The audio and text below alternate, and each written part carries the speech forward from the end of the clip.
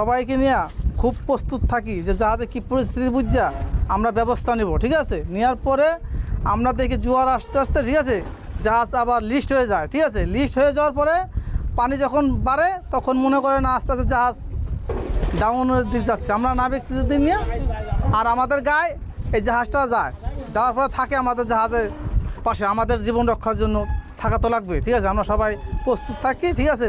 জাহাজে আমরা সমস্ত নাবিক উঠে যাই, উঠে তাৎক্ষণিকভাবে, ঠিক আছে, আমরা মনে করেন এই জাহাজে আমাদের জীবন বাঁচাই নিয়ে আমরা চলে আসি, ঠিক আছে।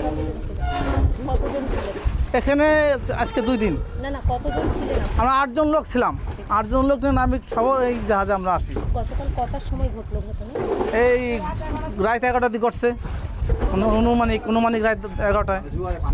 জোয়ারে পানি বাড়ছে, ঠিক আছে। বাড়ার পরে তো আমরা এই জাহাজ আগে যাইয়া আমাকে ছিল পরে আমাদের নিয়ে আসছে আর কি, সব 8 জন নাবিক নিয়ে আমরা চলে আসছি।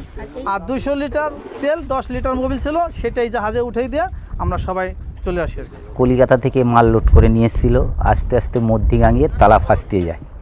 এটি আছে তোমার কারখানার ছাই, এই ছাইটা বাংলাদেশে যায়। ওখান থেকে শুনেছি যেটা, যে ওখানে গিয়ে কেমিক্যাল মেরে ওটা সিমেন্ট তৈরি হয়, এবং এখানে এসে তালা ফাঁসতে ডুবে গেছে।